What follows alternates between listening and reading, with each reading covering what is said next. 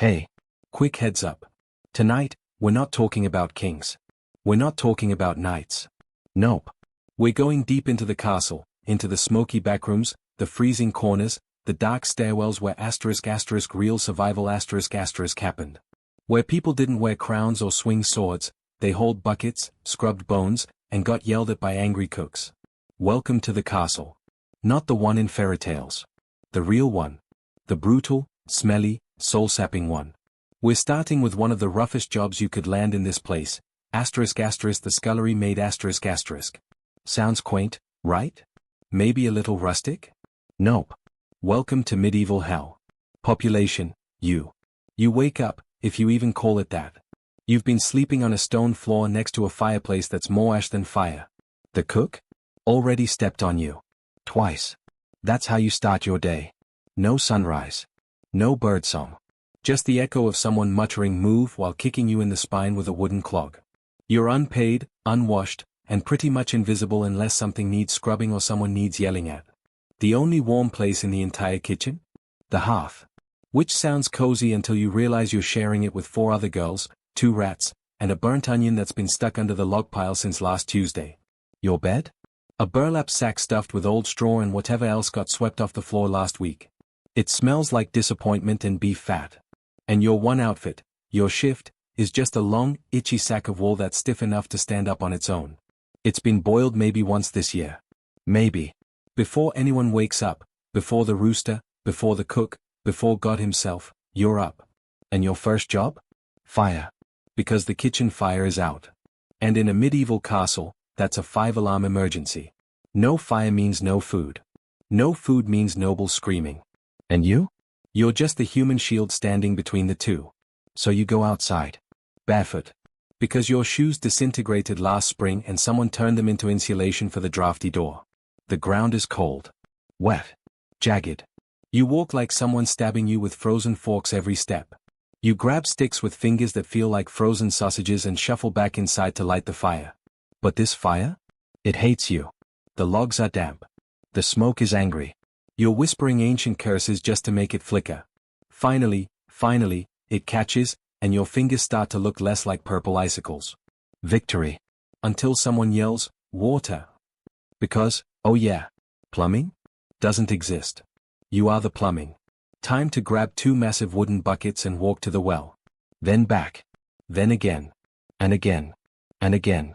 You're hauling 40, maybe 50 pounds on your shoulders with a wooden yoke that digs into your bones like it's trying to tattoo exhaustion into your collarbone. You make 4 trips before the kitchen staff even wanders in. They're yawning. Stretching. Complaining about the weather. And you? You're drenched in sweat, knees shaking, arms screaming. No one thanks you. They barely see you. Your background noise with a bucket. Then, boom. The cook arrives. She's a hurricane in human form.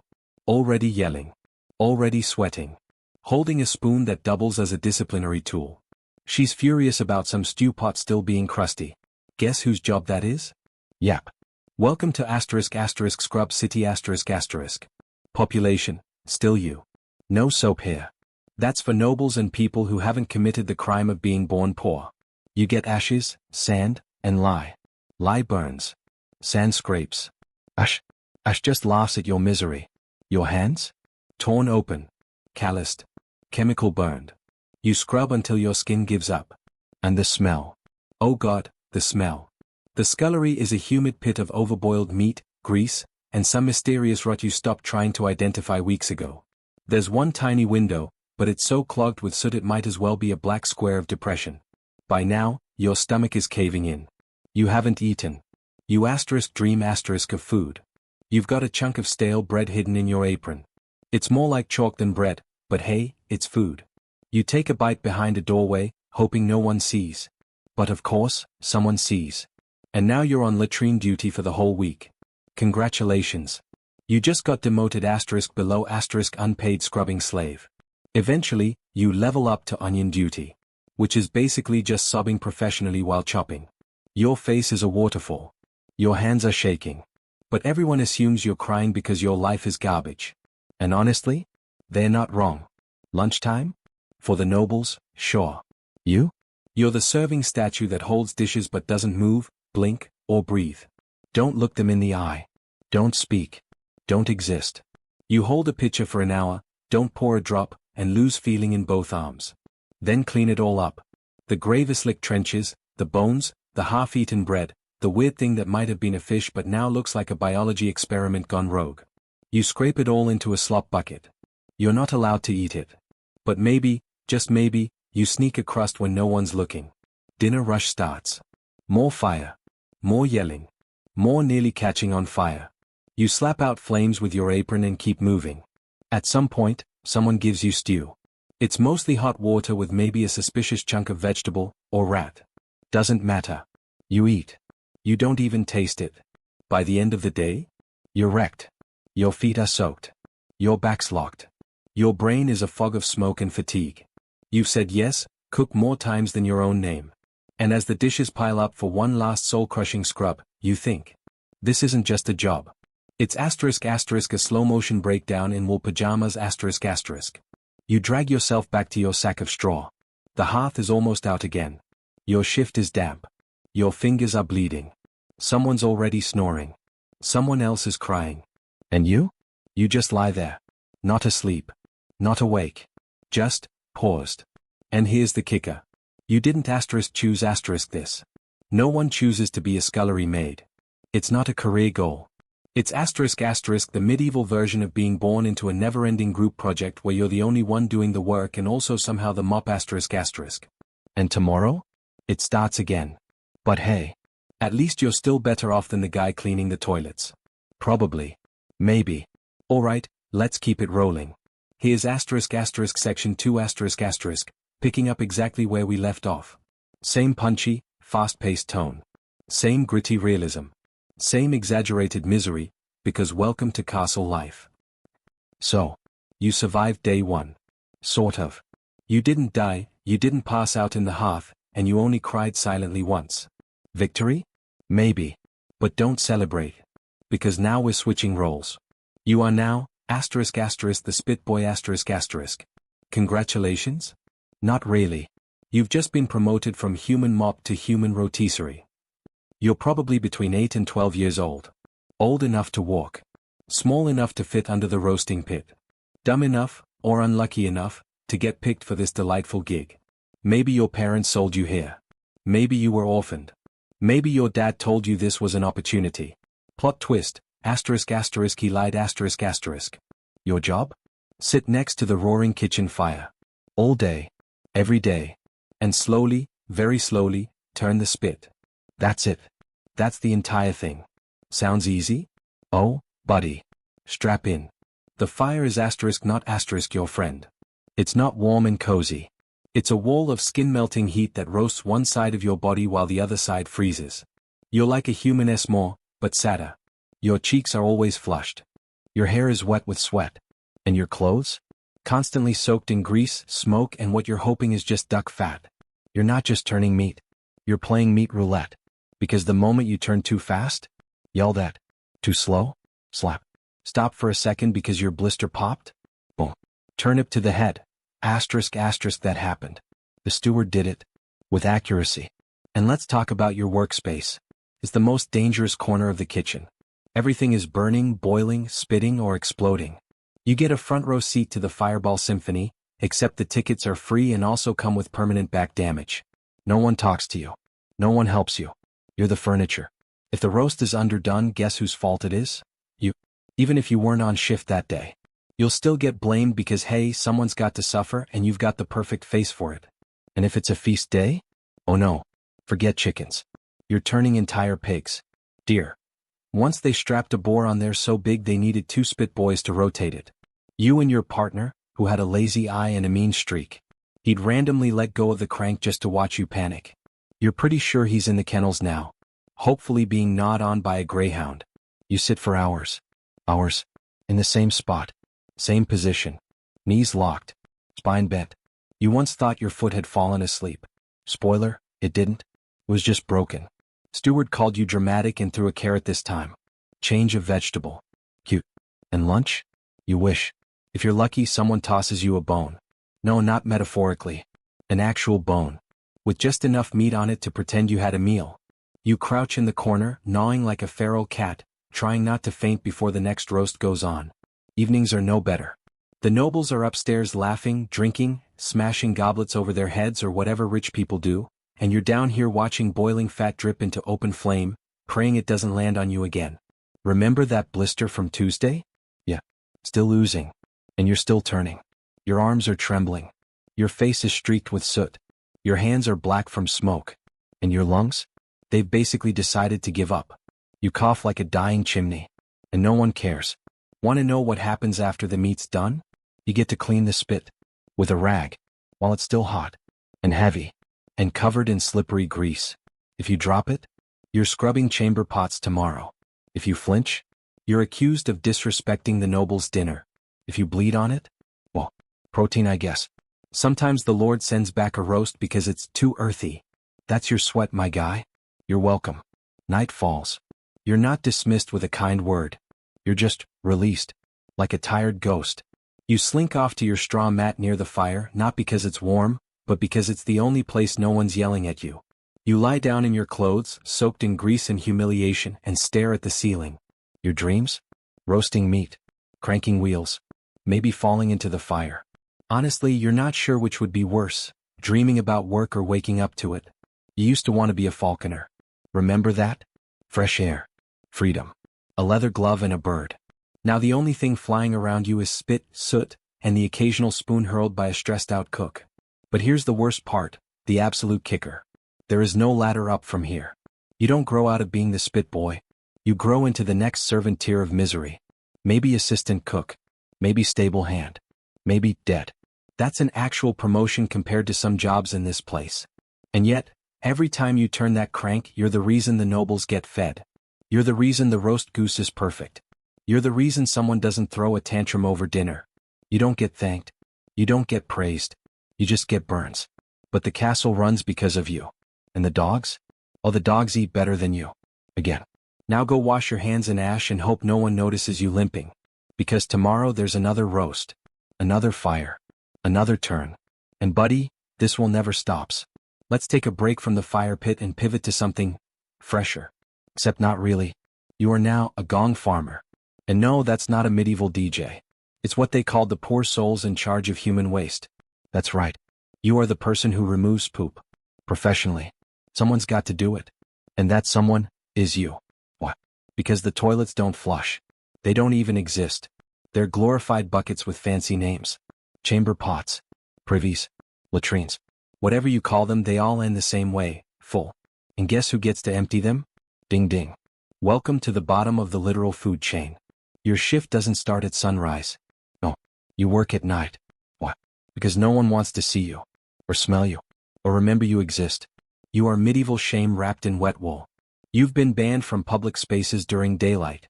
Seriously. You can't go to the market until you've bathed. But let's be honest, the stink doesn't wash off. It's not just on your skin. It's inside your soul. Your toolkit is depressingly simple. A rake, a bucket, and a shovel. Your uniform? Layers of old wool stuffed with moss, tied with rope, and soaked with regret. You tried herbs. Vinegar. Even mint leaves. All it did was make your stench floral. The job sounds straightforward. Go to the cesspit. Dig it out. Dump it outside the city. Repeat. But the cesspit? Oh my friend. That place is evil. You climb down into it. Yes, down. No ladder. Maybe a rope. If you're lucky. If you're unlucky, you just pray the slope doesn't collapse under your feet and swallow you whole. The smell hits you like a wall of fermented regret. Your eyes water. Your mouth burns. You try breathing through your mouth, and now you're tasting it. You're standing ankle deep, sometimes knee deep, in a sea of nightmares. Human waste. Animal waste. Half-rotted food. Straw soaked with fluids you don't want to identify. Broken chamber pots. And sometimes, just to spice things up, a dead rat. Or worse. You once found a chicken. No idea how it got there. Gave it a proper burial. Out of respect. And as you're digging, you hear the bubbling. The sludge shifts. Like it's thinking. Plotting. You pretend it's not alive. But you're not sure. No one is. Every scoop of your rake feels like an assault on your sanity. You haul the bucket out, dump it into your creaky cart, and go again. 12 times. Maybe more if there's been a wedding feast. Nobles eat like monsters and digest like disasters. And here's the cherry on this toxic sundae. After you've collected all that filth, you don't get rid of it. You recycle it. That's right. You wheel it outside the town walls and dump it near the fields. Why? Because nobles want organic vegetables and don't know that organic means grown in their own poop. Bon appetit. Now you might be wondering, does this pay well? Surprisingly, yes. Relatively. Because no one else wants this job. They'd rather go hungry than crawl into a poop pit. So yeah, you earn more than the baker's boy. More than the laundry girl. Probably more than the guy turning the spit. But also, you smell like Judgment Day. Your tools are impossible to clean. The pond you rinse them in is already cursed. Your neighbors avoid you. Your friends? Forget it. You eat alone. You drink ale because the water's not safe and you need something strong enough to forget where your boots have been. And winter? Winter is war. The waste freezes. You're literally hacking through frozen crusts of poop. You're outside, in the dark, breaking turdsicles with a shovel while your fingers go numb and your nose drips regret. Summer? Somehow worse. The heat makes it airborne. Flies. Wasps. Smells that turn corners before you do. You walk through the village and people gag. Someone once threw a cabbage at you. You threw something back. Let's not talk about that moment. And despite all this, you're not dumb. People treat you like you're invisible or simple, but you've got skills. You know how to brace a ladder while lifting a 40-pound bucket of waste. You know how to avoid methane pockets. You've got poop physics down to a science. You have a family? Cool. They make you sleep outside. Your wife won't let you near the bed until you've triple scrubbed and changed clothes. Your kids say you smell like boiled cabbage and sin. They're not wrong. And even if you get a day off, which you don't, it doesn't matter. The smell stays. You stop trying to wash it off. Soap costs too much. And anyway, nothing works. But you still show up. Every night. Cart, bucket, shovel in hand. Because if you don't, the entire town floods in filth. Literally. You're not a hero. You're not a saint. You're just the one person holding back the tide of disaster with a cracked shovel and a nose that gave up years ago. And the nobles? Still flushing. Still eating. Still completely unaware that the lettuce on their roast duck salad was grown in the exact same stuff you just scraped off someone's wall. You're welcome. So yeah, it's a crap job. But it's your crap job. And in the kingdom of filth, you're the one keeping the castle from drowning. So, you've been the scullery maid. You've turned the spit. You've shoveled the unshovelable. Surely now you get a break, right? A little dignity? A window? Maybe a bed that's not on fire or poop adjacent. Guess again. You are now the Chamberlain's apprentice. Sounds fancy. Sounds noble. Sounds like you might even get to sit on a stool with a cushion. But here's the truth. You're a glorified spreadsheet in human form. You wear shoes now. That's something. They squeak. Loudly. Which is a problem because half your job is moving around silently. Not ideal. But hey, at least you're no longer being chased by rats or dunked in sewage. You live in this weird in-between world. Too clean for the kitchen staff. Too dirty for the nobles. You're not one of them. But you're not one of us either. You're tolerated. Barely. Your job? Lists. Candles. Keys. Wine inventory. Grain shipments. Linen shortages. Visitor protocols. You know that one guy at a party who writes down who brought which gift and where they sat at dinner? That's you. All day. Every day. You wake up in the servants' hall. Near the good fire, not the one used for heating mop water. You splash water on your face. Comb your hair with your fingers. Wipe your tunic with your sleeve and pretend it's clean. Presentation matters. Even if no one actually looks at you. First task, candles. You walk through the castle replacing stubby wax nubs with fresh tallow tapers. Beeswax is for chapels and great halls. You get the ones that smell like burning sheep. Second task, noticing things. The salt cellar's low? You write it down. The guest bed looks lumpy? You report it. The chamber pot is overflowing? You point and assign someone else. That's called delegation. And you finally get to do it. But don't let the clipboard fool you. This isn't a power position. This is a blame magnet. When things go wrong, and they will go wrong, it's your fault. The Lord's dog threw up in the stairwell? Somehow still your fault. Someone moved the wrong wine barrel? Definitely your fault. Lady Cressida's undergarments smell faintly of goat? Yeah, guess who's getting questioned?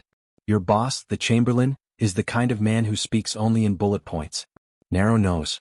Narrower soul. Smells like ink and lavender.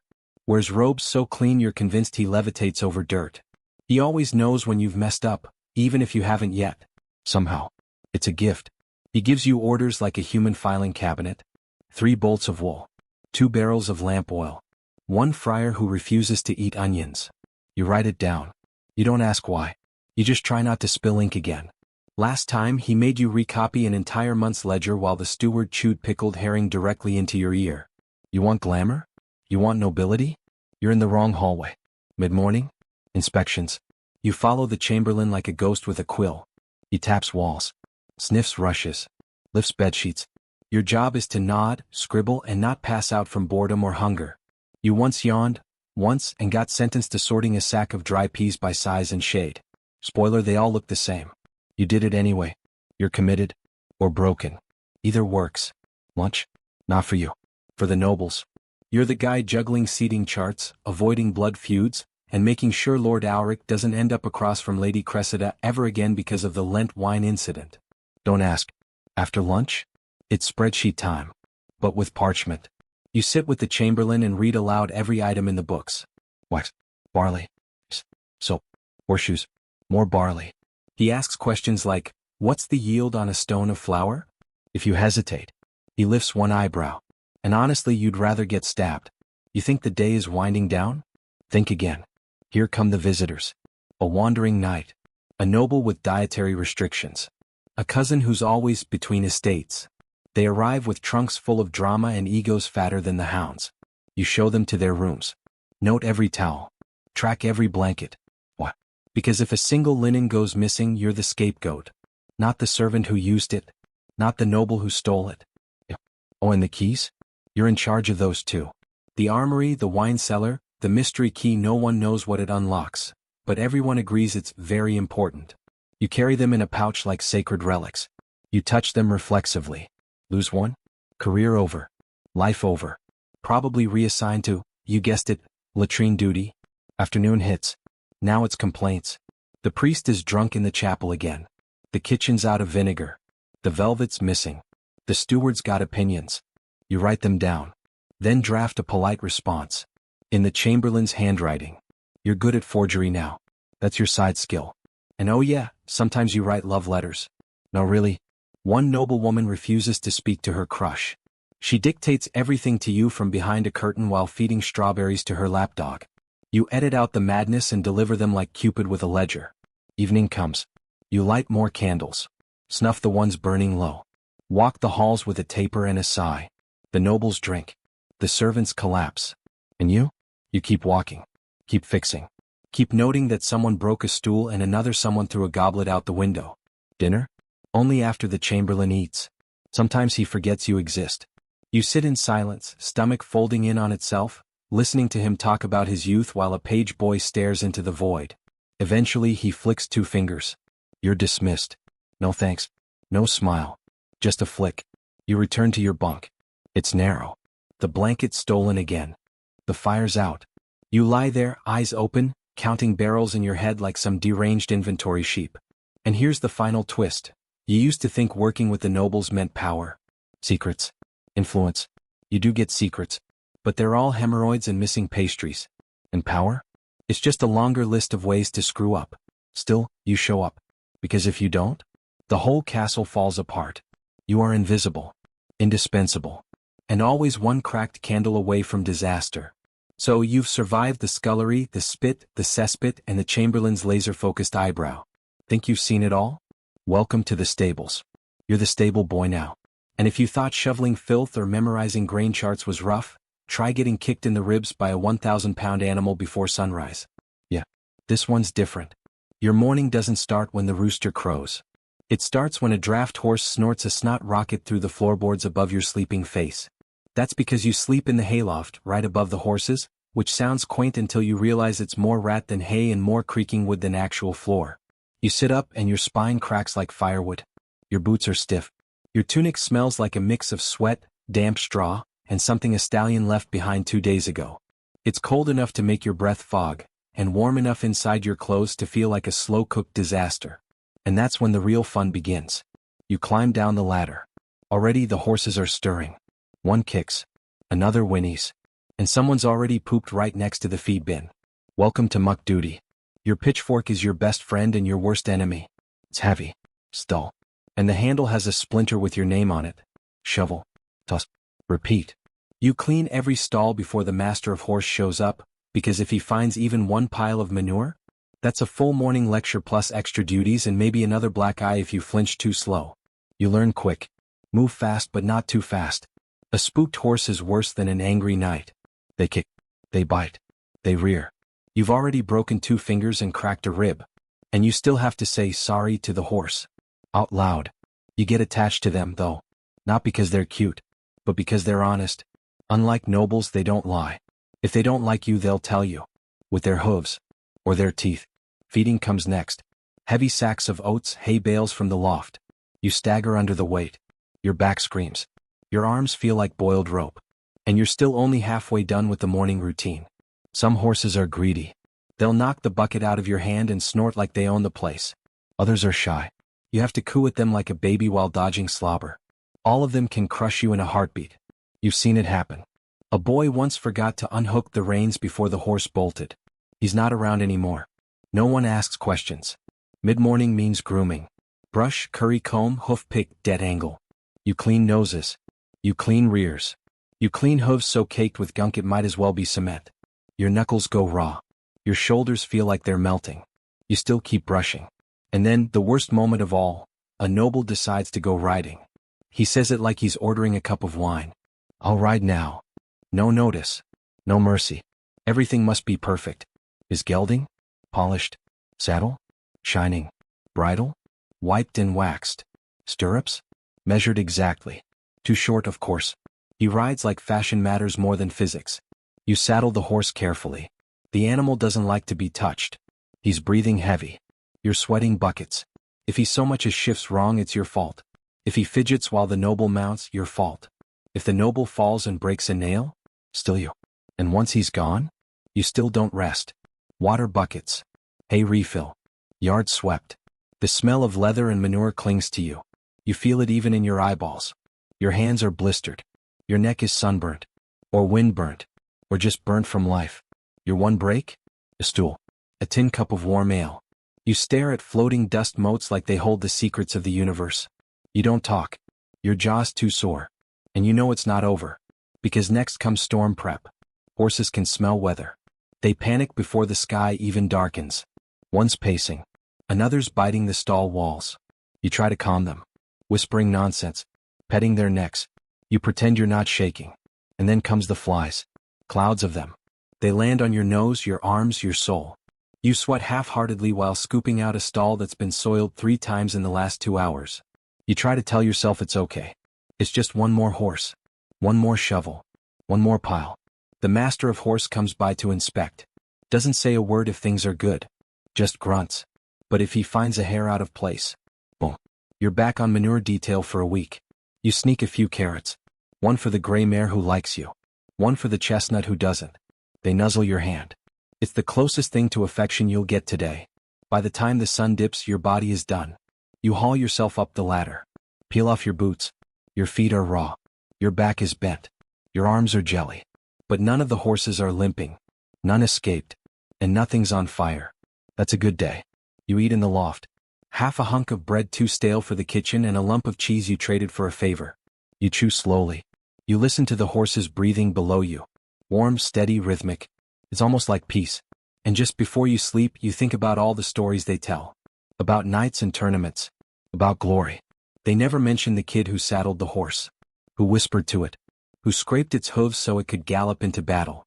But that's okay. You're not here to be remembered. You're here to work. And tomorrow, you'll do it all again. You are now a lady's maid. Which means you work for someone who doesn't even know how to lace her own dress. And somehow you're the one that's always wrong. From the outside, it looks cushy. Fancy rooms. Rich fabrics. You might even be in the same room as a window. But peel back the lace and powder and you'll see the truth. This job is one long, soul-sapping theater production. And you're the understudy. To life. Your day starts before hers. Obviously. You wake up before the sun, wash your face with cold water from a chipped bowl, pin your hair back with a twig. No, seriously, and tiptoe into your mistress's chamber like a whisper on fire. She's snoring, tangled in silk sheets, the fire's out, the chamber pot is full, and you have approximately 5 minutes to make everything perfect before she opens her eyes and decides whether your day will be mildly humiliating or emotionally catastrophic. First, the fire. Because she refuses to wake up in a cold room.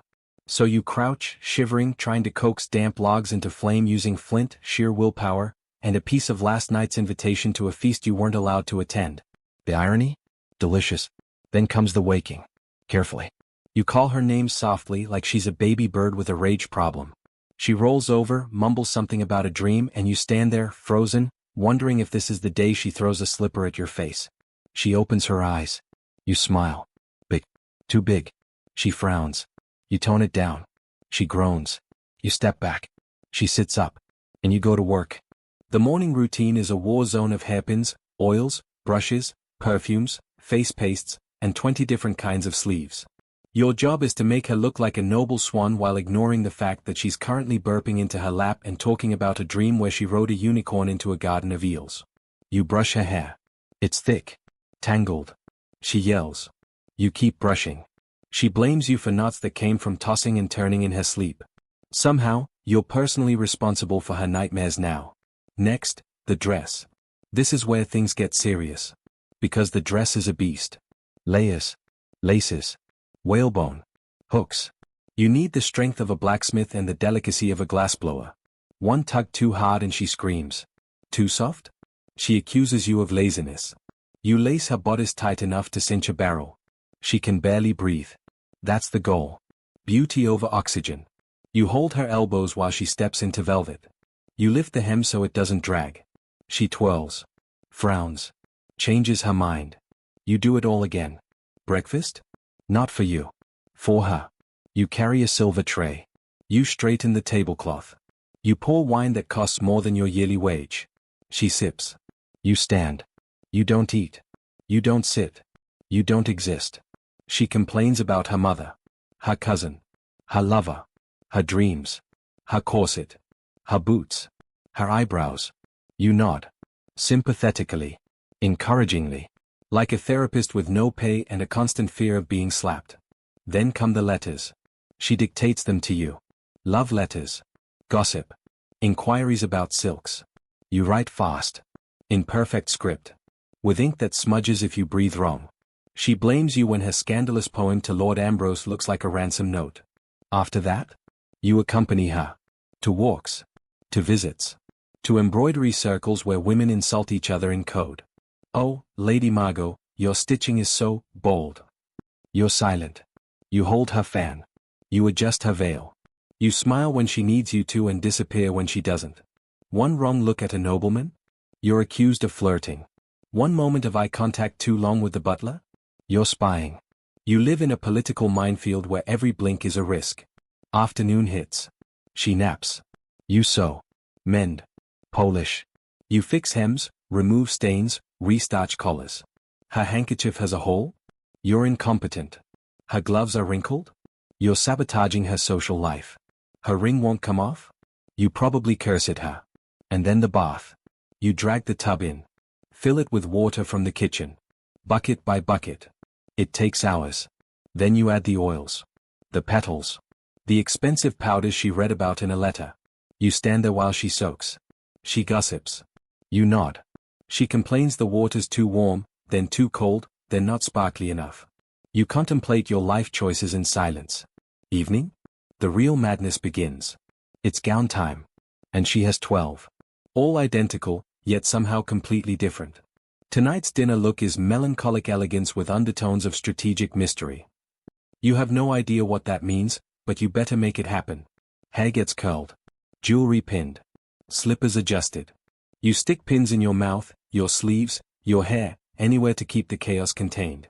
You've burned yourself 3 times on the curling iron. No one notices. She walks down the grand staircase like a glowing deity. Everyone gasps. You limp back to your corner, bleeding from 2 fingers and holding a needle between your teeth like a tiny dagger. Dinner? You don't eat. Again. You wait outside the hall in case she needs a shawl. Or a whisper. Or a scapegoat. And once the feast ends and she comes back drunk on compliments and sherry, you help her undress. Carefully. Silently. While she sobs about how no one understands her. You wipe her tears. Remove her earrings. Unlace her corset. Hold her hair back while she throws up. Tuck her into bed like a child. Then you sneak away. Your shift is over. Technically. But now you sew the ripped hem she tore while dancing. Rewax her shoes. Re-iron the stupid embroidered sash she decided not to wear. You finally crawl into your straw mattress in the attic. Your hands are cramped. Your backs are not. Your head is ringing with secrets and insults and perfume that smells like melted sugar and sadness. But you don't cry. Because tomorrow, she might laugh with you. Compliment you. Say you're practically family. And for a moment, you'll believe it. Before she throws a brooch at your face and demands you fetch her rabbit skin slippers. Alright, let's keep this medieval misery tour rolling. Here's section 7. You've been in the kitchens, the stables, the cesspits, and the dressing chambers. But now you're entering the castle's brain. Or maybe its nervous system. Because this time, you are a scribe. Sounds peaceful, right? Quiet. Thoughtful. Maybe even a little noble? Like, finally, a job where you sit and write poetry while sipping watered wine and stroking your beard thoughtfully? Nope. Wrong. This isn't poetry. This is survival by ink. Let's set the scene. Cold stone chamber. One tiny window. A table covered in scrolls, cracked quills, half-empty ink pots, and wax stains from the last time someone passed out next to a candle. That someone? You. You live in a world of parchment and pressure. You don't get to write what you want. You write what you're told. Legal documents. Marriage contracts.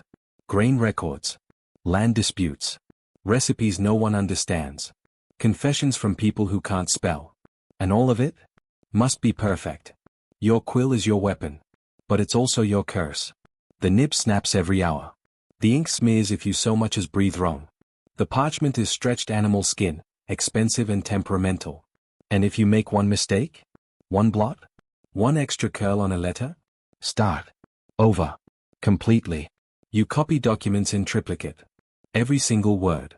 Word for word. Line for line.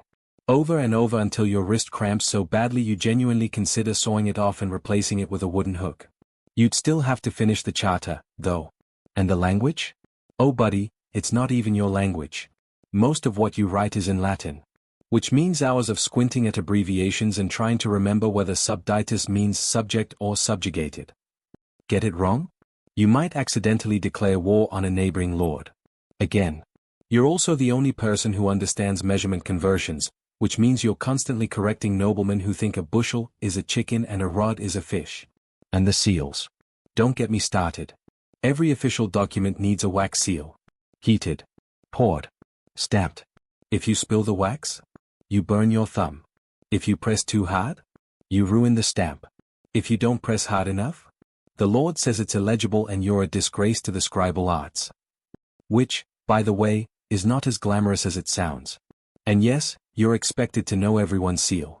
Because apparently, part of your job is being a medieval bouncer for authenticity. Oh, and did I mention? You're also the gossip sponge. Because when nobles want something hidden, they bring it to you. Illegitimate children. Backdated marriage certificates. Mysteriously edited wills. You see it all. You hear it all. You write it all. And you say nothing. Why? Because you like your tongue where it is. And your head. And your kneecaps. Secrets in a castle? Their currency. And you're the mint. Lunch? If you're lucky, someone tosses you a crust. Usually it's something left over from the kitchen. A congealed meat pie, half a fig, and a wedge of cheese that's more rind than dairy. You eat it with ink-stained fingers while still writing. Yes, the manuscripts have fingerprints. Yes, the noble thinks it's artistic. It's not. It's your desperation. Mid-afternoon? You're summoned to read documents aloud. To people who can't read. Who then accuse you of lying. Who demand to see the original Latin, as if they'd know the difference. You have to keep your voice calm, even when the bailiff accuses you of forging his name because his S looks too curly. That's just your handwriting, man. You try to explain it's a standard looped serif. He throws a candlestick at your head. You dodge. You keep writing. Because the job doesn't stop. Sunset means nothing to a scribe. If anything, it gets worse. You light candles. You squint harder. You ink slower because your fingers are swollen and stiff. You're hunched over like a question mark. Your spine? It's developing permanent curvature. Congratulations. You're a walking ampersand. And let's not forget the illuminated manuscripts. Yeah, those fancy books with golden letters and tiny painted angels? You do those too. Not because you want to. Because someone thought a devotional manual kneaded gilded squirrels playing lutes in the margins. Do you know how hard it is to draw a lute with a quill on calfskin while your hand is shaking from starvation and ink fumes? You do. Because you did it 3 hours ago. And just when you think you're done, someone brings in a correction. The tax roll for the southern tenants had a date wrong. You copied it wrong. No, you copied it exactly as it was. But the original was wrong. Doesn't matter. You're redoing it. All of it. 12 pages. Overnight. The steward says, it's just a simple change. You smile. Internally you scream. Externally you dip your quill back into the ink and begin again. By the time you crawl into your cot, a thin plank next to the parchment cupboard, you're hallucinating letters. You dream in margins. Your nightmares are in footnotes. And the next morning, the steward knocks. Politely. He says, there's a new land grant to transcribe. Should only take a few hours. You smile. You reach for your quill. You consider stabbing him with it. But instead you say, yes, sir, and begin again. Because without you, the whole system falls apart. And no one would know whose sheep belongs to whom. And then there'd be real chaos. The cellar. It's the castle's pantry, basement, booze vault, secret hoard, and disaster zone all rolled into one. You walk in and it smells like dust, old grapes, wet stone, and panic. It's your job to keep track of everything. Food, drink, salt, vinegar, pickled onions, dried beans, eel barrels, honey, dried meat, fresh meat, spoiled meat. Meat that's about to spoil but no one wants to admit it. You're in a permanent war against rot. Mold is your nemesis. Damp is your enemy. Rats? Oh, they're just the co-workers you didn't ask for. You once saw a rat dragging a hunk of cheese the size of your head across the cellar like it owned the place. You let it go. Honestly, respect. You have shelves. Stacked high. Crates. Cast. Clay pots sealed with wax and paranoia. There are scrolls pinned to walls showing stock levels, delivery times, usage schedules. It's like a medieval spreadsheet, except the rows bite you and the columns might explode. First thing in the morning? Inventory. Before the kitchen staff arrives screaming about why there's no flour, you're down here with a flickering lantern and a stick of charcoal, counting sacks in the dark like some kind of math-possessed bat. 12 sacks of oats. 7 of rye. 3 of mystery grain that might be barley or might be old mouse bedding. 2 barrels of salted herring. One of them's leaking. You plug it with straw. Pray no one notices. Pray harder that it doesn't explode. Then comes the wine check. The nobles drink like the apocalypse is coming every week. You tap the cask. Taste for spoilage. Measure what's left. The steward wants exact numbers. If 1 cup is missing, you get questioned. You try to explain that the cook took some for the sauce. Measure it. You explain that the priest had a second mass last night. Noted. You mention that Lady Isolde tripped and spilled her goblet. Your fault.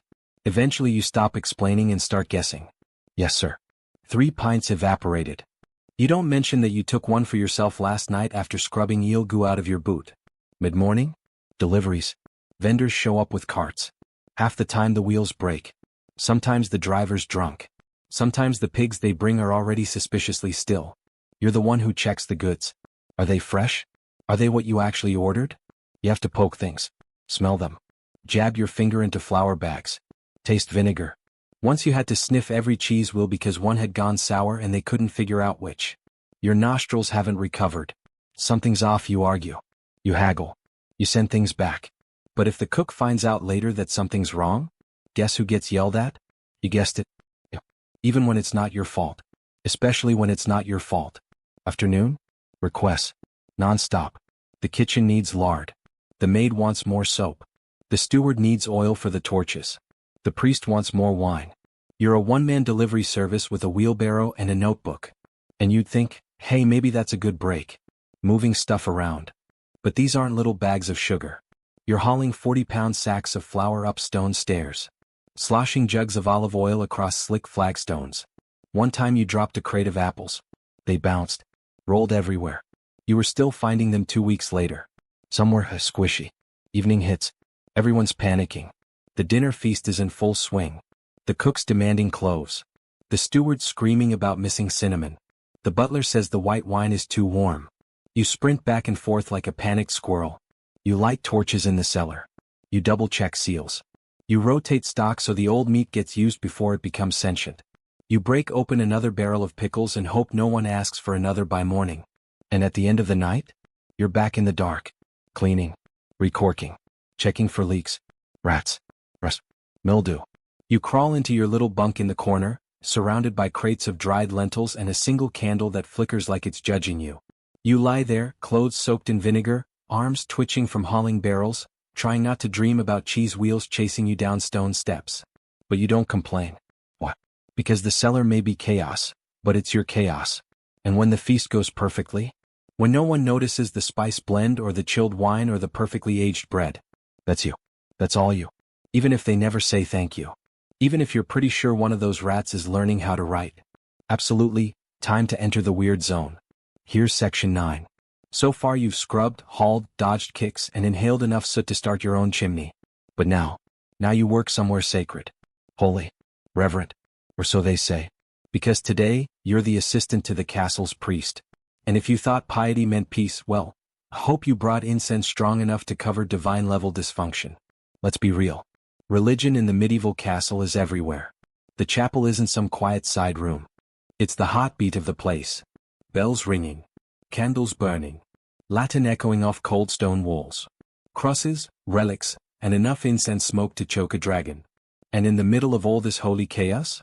You're not the priest. You're the helper. The sidekick. The altar boy turned sacristan turned verge of a nervous breakdown. Your robe is too big. Your shoes are falling apart.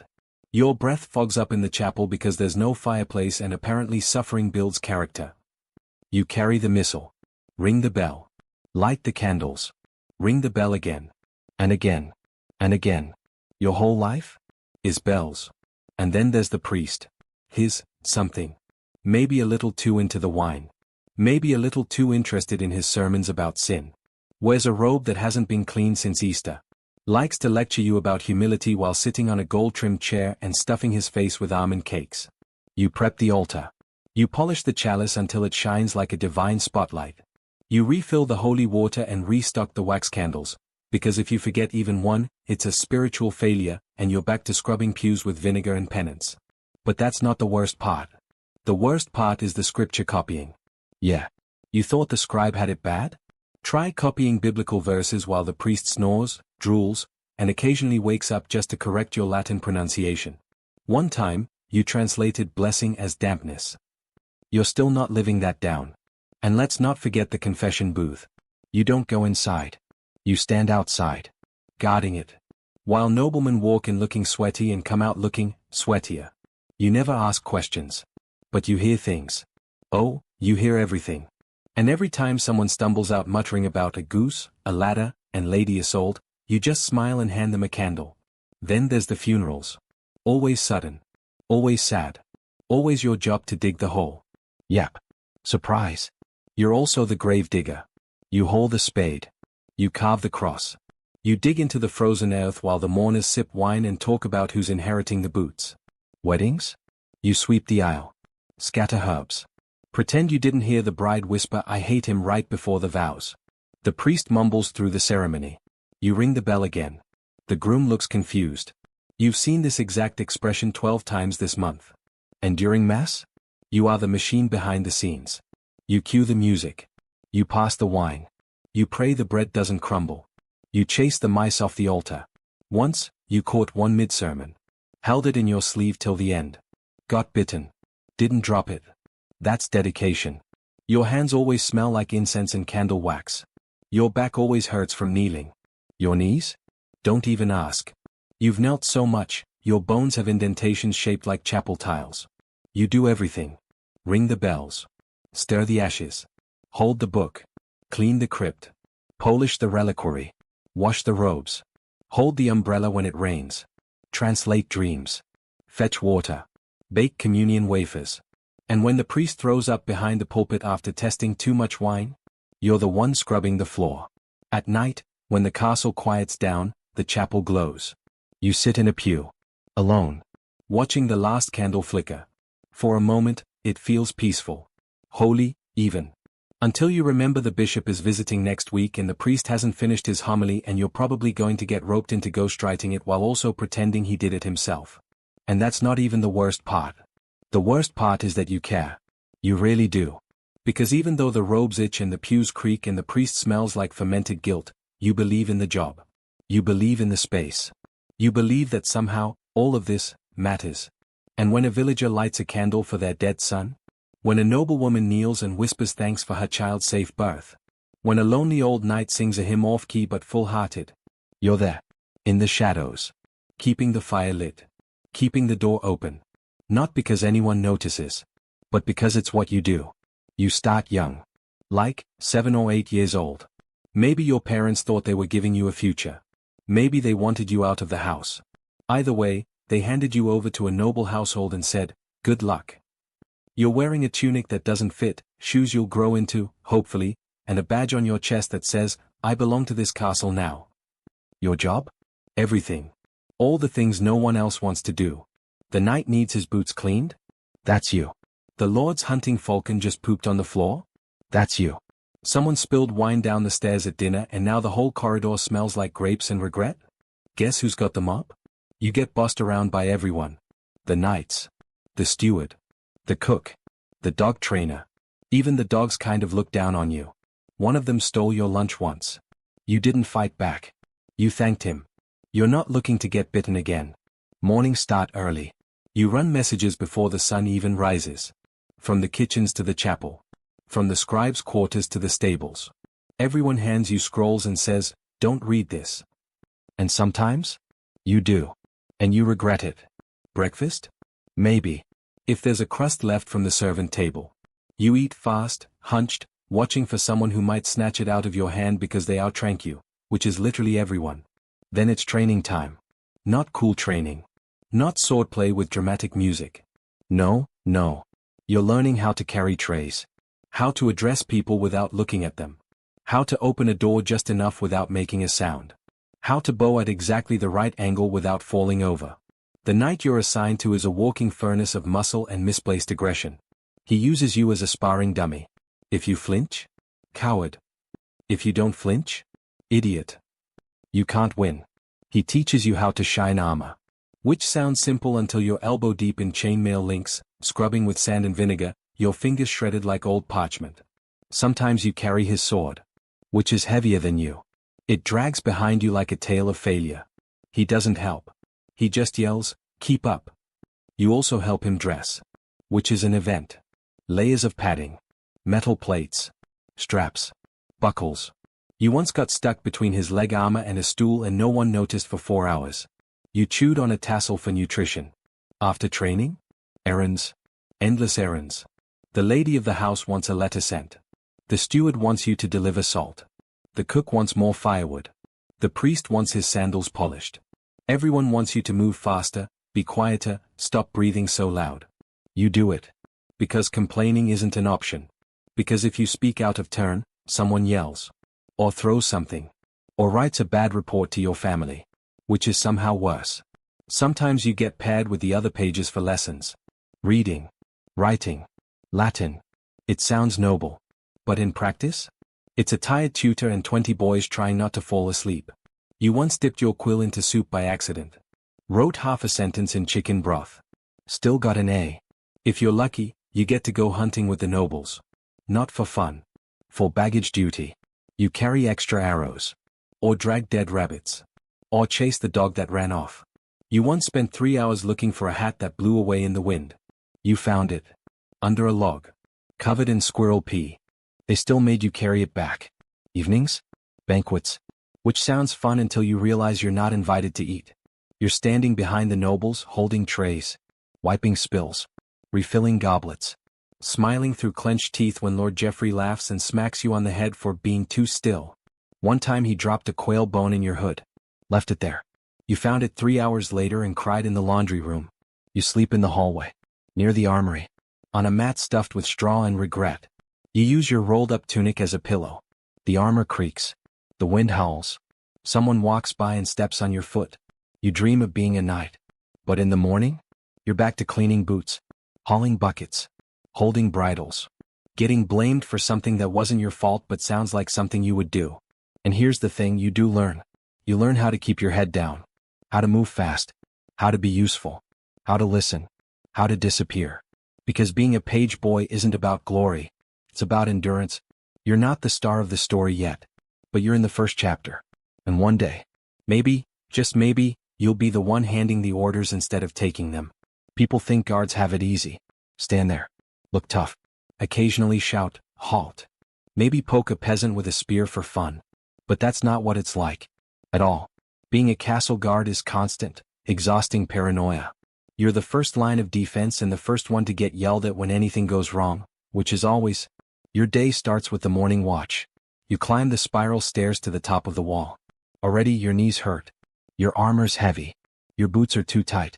The guy you're relieving looks half dead and mumbles something about seeing a face in the trees. Cool. Totally normal. You shake off the dread and take your post. And what is your post? It's a 12-foot wide stretch of stone with wind howling through your helmet, pigeons pooping on your shoulder, and nothing but fog and forest to look at. For 6 straight hours. You're not allowed to sit. You're not allowed to eat. You're not even really allowed to speak unless it's an emergency. And heaven help you if the captain catches you leaning. So you stand. Eyes scanning the horizon. Watching birds. Clouds. The occasional squirrel. Trying to convince yourself you're ready for an attack that probably isn't coming. Until it is. Because sometimes the world does come crashing in. A band of raiders. A fire in the village. A missing noble's son. A wolf that somehow got inside the walls and is now having a buffet in the stables. And you? You're supposed to be the first to respond. With what, you ask? A rusty sword and a horn that doesn't even work when it's wet. You train daily. Drills. Weapons practice. Marching. Shield formations. Archery. But let's be honest, most of your time is spent holding a spear like a decoration and pretending you're not bored out of your skull. Then there's the gate duty. It's a whole different beast. You're stationed by the portcullis. Standing straight. Chin up. Watching everyone who comes in or out. You've got to recognize faces.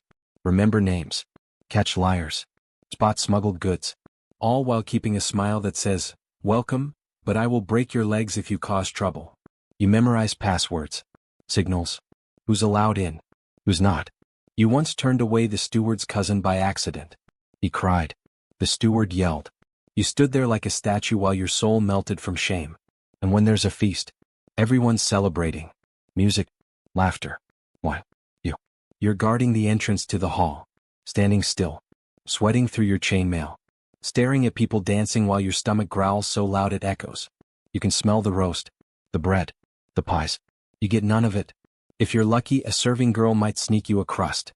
If you're unlucky, the captain sees and gives you extra torch duty. Speaking of which, night watch. The stuff of legends. Also the stuff of madness. You walk the battlements in pitch black. Lantern swinging. Listening to your own footsteps. Sometimes you hear whispers. Or footsteps that aren't yours. Or breathing that sounds too close. You tell yourself it's just the wind. It's never just the wind. You pace. You listen. You freeze at every creak. Every branch. Every shadow that shifts in just the wrong way. You know how many men have slipped, fallen, vanished? More than you're comfortable admitting. And what do you get for all this? A single meal a day. A bunk in a damp barracks with 12 other sweaty, snoring guards. A monthly wage barely enough to buy socks. And a pat on the back if the Lord happens to remember your name. But you still show up. Because despite the cold, the boredom, the constant fear that today is the day the wall gets breached, you believe in your job. You believe in keeping people safe. Even the ones who ignore you. Who walk past like your furniture. Who complain about the taxes that pay for your spear. You believe that when danger comes, and it will come, it's your job to face it first. Not because you're brave, but because someone has to. You start before sunrise. Always. Because laundry doesn't sleep. And in a castle packed with dozens, sometimes hundreds, of people, the laundry never ends. You begin with the gathering. Every single piece. Shirts, shifts, socks, which are basically bags. Leggings, tunics, undergarments, surcoats, aprons, headscarves, veils, cloaks, bedding, and towels. Oh, and don't forget the mystery stains. Because nothing says good morning like trying to guess whether that brown smudge is from mud, food, or something more organic.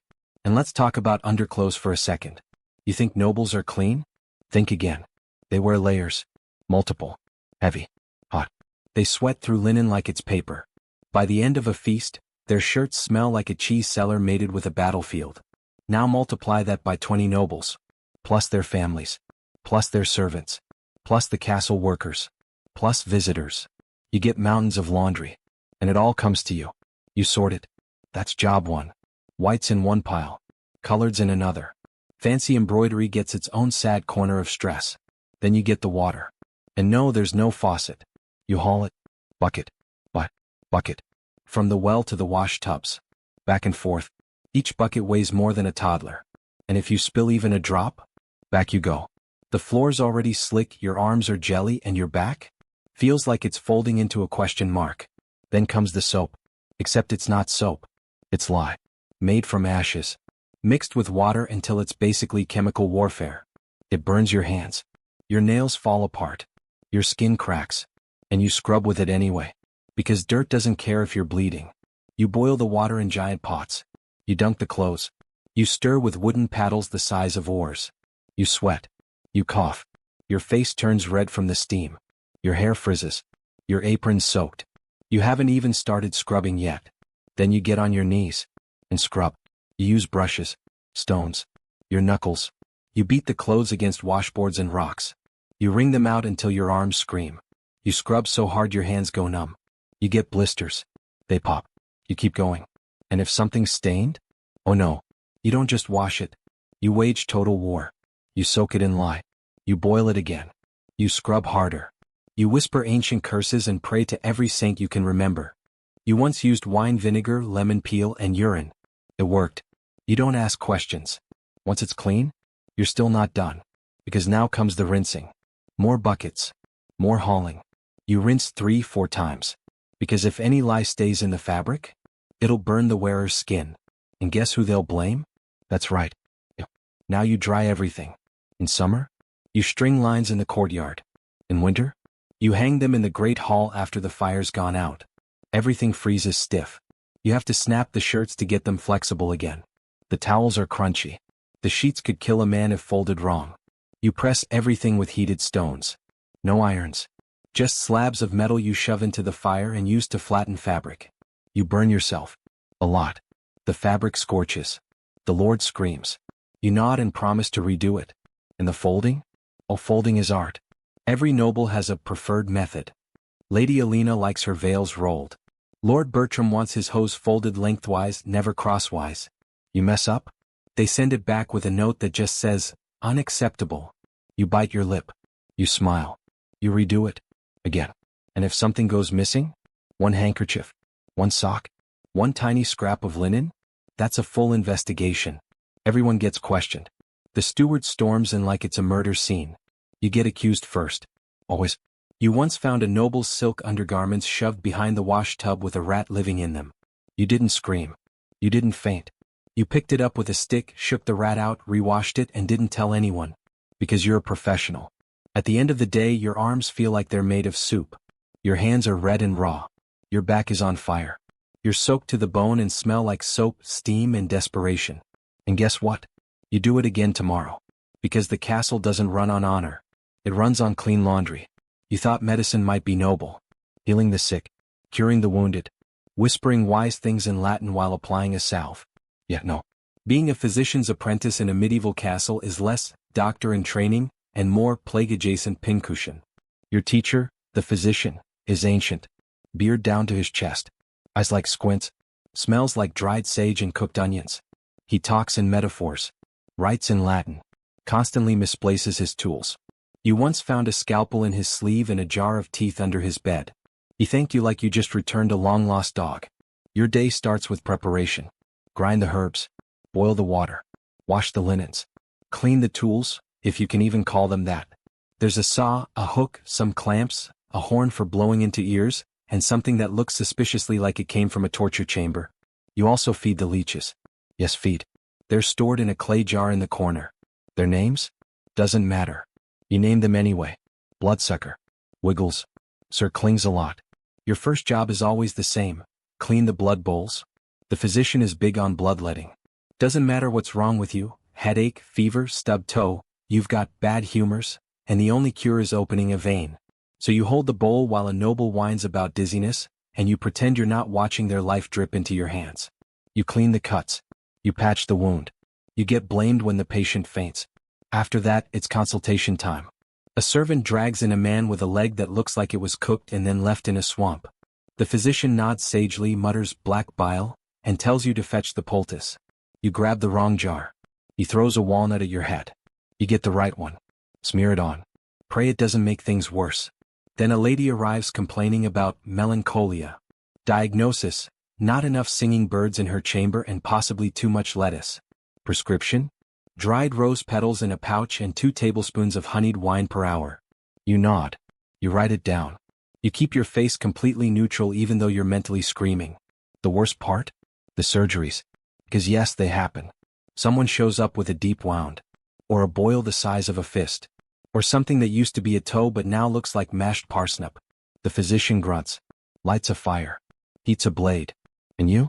You hold the patient down. While they scream. While they flail. While the smell of burning flesh curls into your nose and makes your brain short-circuit. You mop the sweat from the patient's forehead. You mop your own. You try not to gag. You succeed. Mostly. Then comes cleanup. Boiled rags. Bloody sheets. Burned bandages. You scrub everything in vinegar and tears.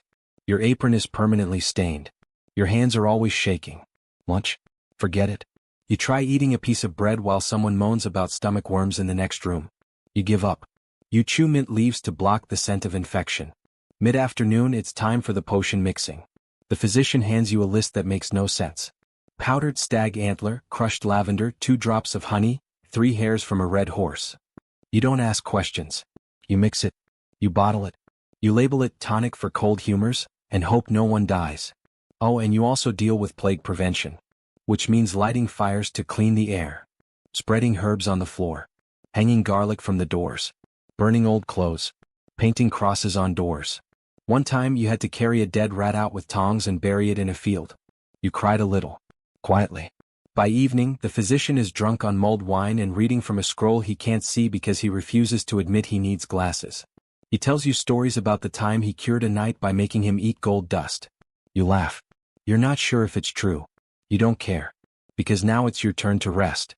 Except you can't. Because someone just staggered in with a dislocated shoulder and a dagger in their thigh. The physician waves at you. Handle this one.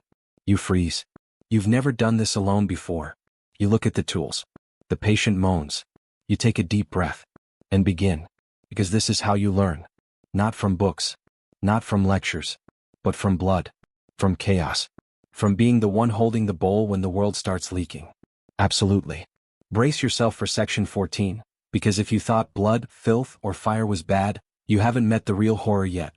Forget swords and diseases. Now, you are the rat catcher. And yes, that's exactly what it sounds like. You might be thinking, how bad could rats be?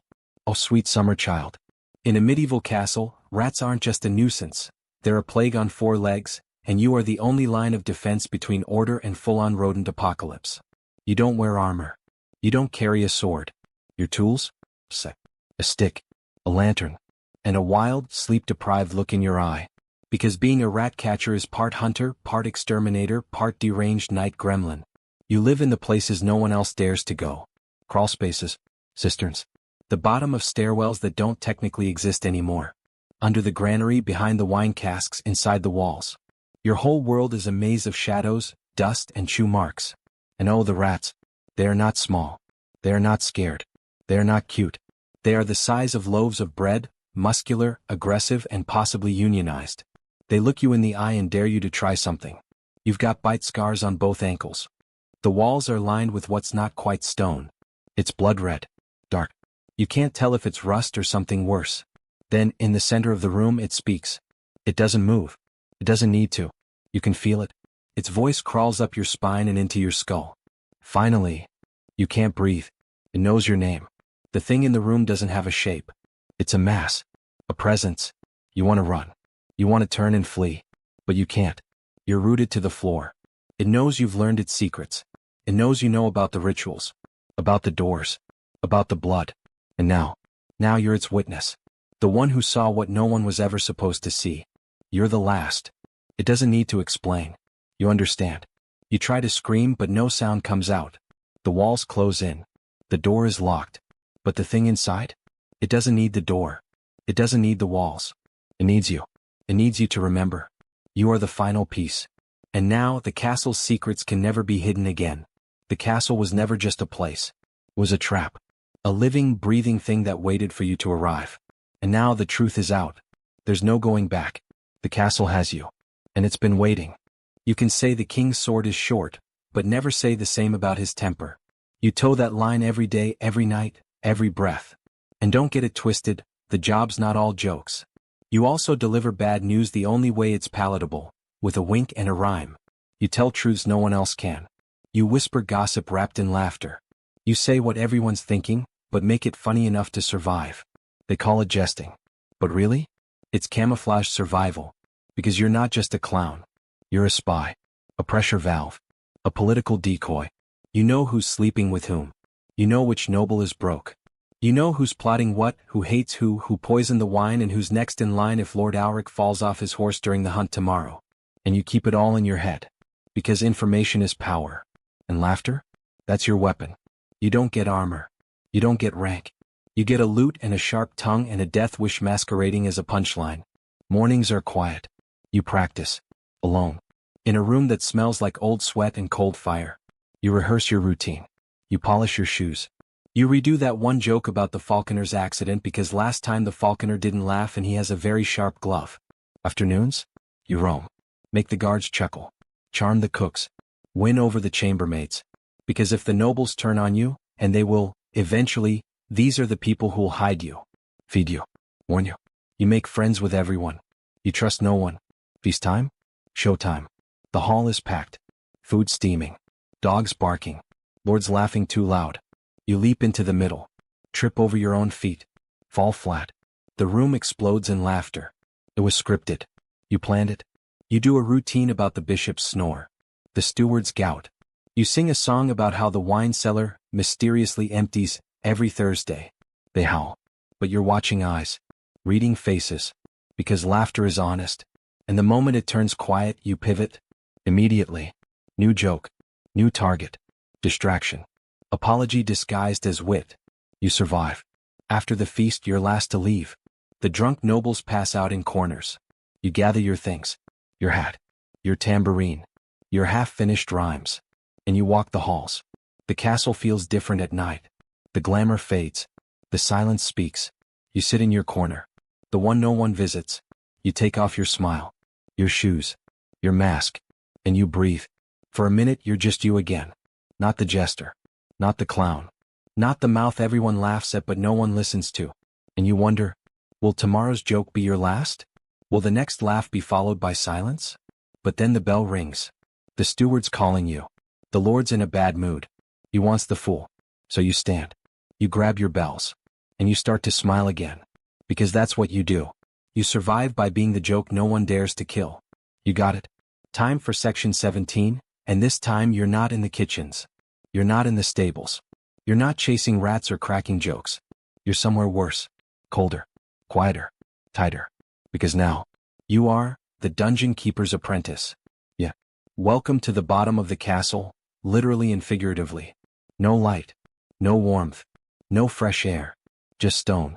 And chains. And the sound of someone sobbing 3 cells down from a hole in the floor that you call a toilet, but really? It's just a pit of despair. This is your world. Not the one of banquets and banners. Not the world of knights and noblewomen.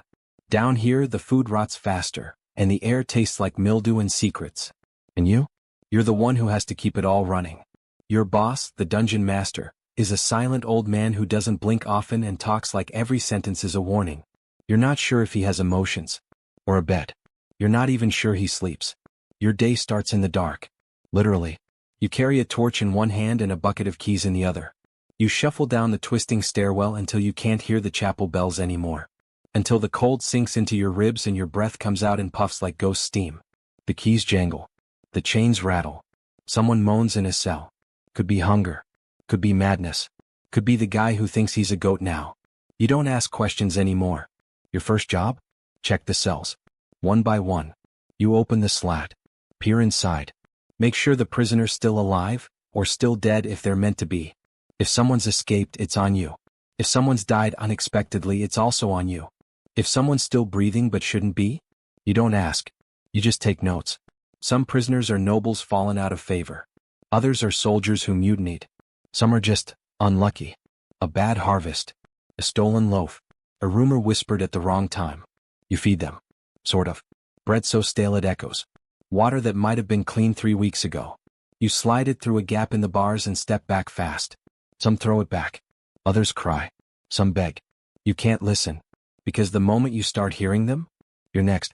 You sweep the hall with a straw broom. Pointless. Dust settles faster than you can move it. The floor's always wet. Always cold. And no one ever says thank you. You scrub the manacles. Oil the hinges. Check the stocks and the iron masks. You light the torches. You relight them when they sputter. You relight them again when the air sucks the flame away like even fire doesn't want to be here. Sometimes you help with interrogations. Not the questions. The prep. You fetch the ropes. The stool. The iron gloves. The boot press.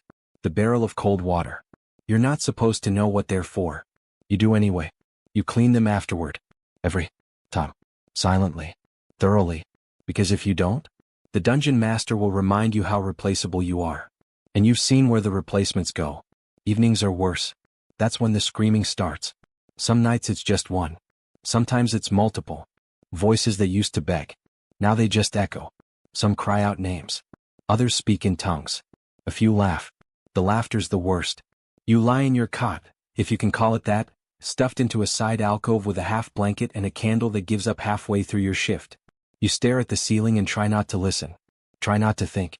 Try not to remember that one prisoner, the young one, with the letter in his boot. The one who said he was innocent. The one who asked for your name. The one who looked like your brother. You reported him, of course. Like you were supposed to. He's not here anymore. And you don't ask where he went. Because in the dungeon, questions are dangerous. You do your job. You keep the torches lit. You lock the cells. You carry the pails. You nod when spoken to. You stay useful. Because being invisible here? That's the only way to stay alive. You don't get respect. You don't get rank. You don't even get clean water. You get fear. You become fear. Because after a while you stop hearing the cries. You stop noticing the blood. You stop caring about names. You hold the keys. You wear the hood. And one day, you'll be the one giving orders. Now, you are the castle's caretaker, but not the nice kind. Not the one who arranges flowers or dusts statues. You're the one who cleans up the mysteries. You don't sleep much. Can't. The walls whisper too loudly. The stones groan at night like they're alive. The windows rattle with something you can't explain. Some nights, you swear you hear footsteps behind you, but when you turn, nothing. Just the cold. It's never been like this before. When you were first hired, it was all neat and proper. You were hired to tend the rooms, to make sure everything was perfect. You dust the banisters. You polish the floors. You straighten the curtains. That's what the job was. But that was before you started discovering the things. The books. The ones with the wrong names. The ones no one ever told you to move, but were somehow in your way every time you came to clean. The objects on the shelves that seemed to rearrange themselves. The candles that wouldn't ever stay lit unless you were in the room. And the paintings. The faces in the paintings? They follow you. The noble lord in the frame at the end of the hall? He didn't have eyes until 2 days ago. But you try to ignore it. You sweep the dust under the rug. Literally.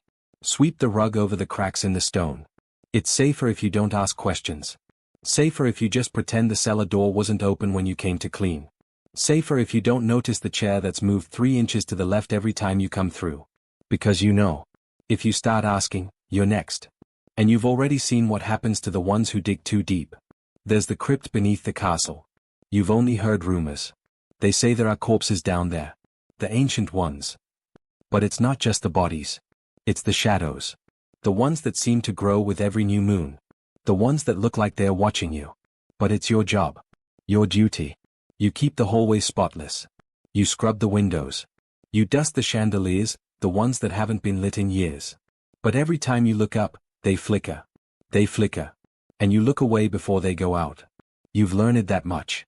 You get used to the smell too. The old wood and stone, that musty scent of decay that comes with centuries of history. But lately? The air smells different. Stale. Like something's rotting in the walls. And then there are the sounds. The moaning. At night. It starts low. Like wind. But then it gets louder. More distinct. It sounds like someone calling your name. And it sounds like it's coming from the walls. So, you get up. You grab your broom. You grab your lantern. And you go. You knock on the door. No answer. But when you turn to leave, you can feel the cold right behind you. the breath on your neck. You step outside the hall, but the air is too thick now. You're not alone anymore. You never were. You keep walking. You head for the cellar. And this time, when you open the door to the basement, the stairs creak louder than ever before. The shadows on the walls don't just sway. They move. You reach the bottom, and you turn the corner, expecting nothing but dust. Except, this time, there's something new. A shadow in the corner. Not one that shifts, but one that stares back at you. You don't scream. You run. You race up the stairs. You slam the door shut behind you, but the feeling doesn't go away. It never does. The eyes are still on you. And you know, it's not just the walls that are alive. It's the castle. It's the place itself. Here comes section 19, and this time, we're getting deep into the hidden underbelly of the castle. You thought the rats were the worst of it? The dark corners? The secrets behind locked doors? No. Now you are, the castle's secret keeper. The one who knows too much. And the problem is, no one will ever tell you what you're supposed to do with all the things you know. So, you just live with it. You were supposed to be just another servant. Another body in the background, moving through the halls, cleaning, serving, sweeping away the dust. It was supposed to be simple. Easy. But then came the door. It was in the back of the library. The one no one talks about. It's old. Sealed shut with iron bands. You never thought much of it at first. Just another door, just another room. But you started hearing things. And you couldn't resist. You opened it. And that's when everything started to change. Inside was an entire library. But not like the others. No. This one was hidden. Forgotten. The shelves were packed with books no one ever mentioned. No one ever read. Ancient ones. Dirty, torn, some covered in symbols you couldn't even pronounce. But there were pages there, too. Pages that shouldn't have existed. You started reading them. At first, it was harmless, just idle curiosity. But then you stumbled upon a diary. A journal. It was his. The founder. The one who built this place. Who carved it into the mountains. Who made it what it is. His name? You've never dared to speak it aloud. But reading his words? They change you. You learn about the rituals. The hidden rooms under the castle. The ones where things were buried. The things that were sealed away. The creatures that lived here long before the first stone was set. They are still here. And they're waiting. It's not just the castle's past. The secrets? They aren't past. They're alive. You've seen it in the eyes of the Lord's Son. His eyes flicker with something that doesn't belong. You've caught the steward's reflection in a glass, just for a second, before he disappeared into the shadows of the hallway. It wasn't just a shadow. It was something else. And there are whispers. Whispers that come at night. Voices that seem to float from the walls, seeping through the cracks of the stones like they've been here for centuries. And you swear, sometimes, you hear your own name. They call you. The castle has been waiting for you. You try to keep it quiet. But that's impossible, isn't it? It never stays quiet. The more you learn, the more you feel it. The weight. The pull.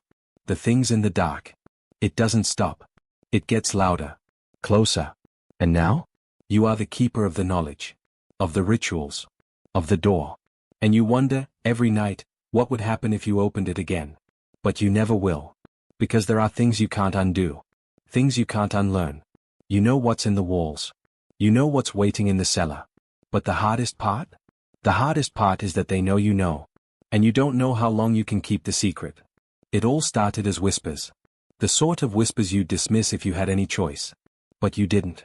Because no one has a choice in the castle anymore. No one leaves. No one gets out. Not without giving something up. You walk the halls now like a shadow. Your footsteps echo, but you don't notice them anymore. The walls? They hum, low, like the distant thrum of a forgotten memory. And you know what's coming. You've known for days, for weeks, maybe longer. You stop in front of the door. The one no one's supposed to talk about.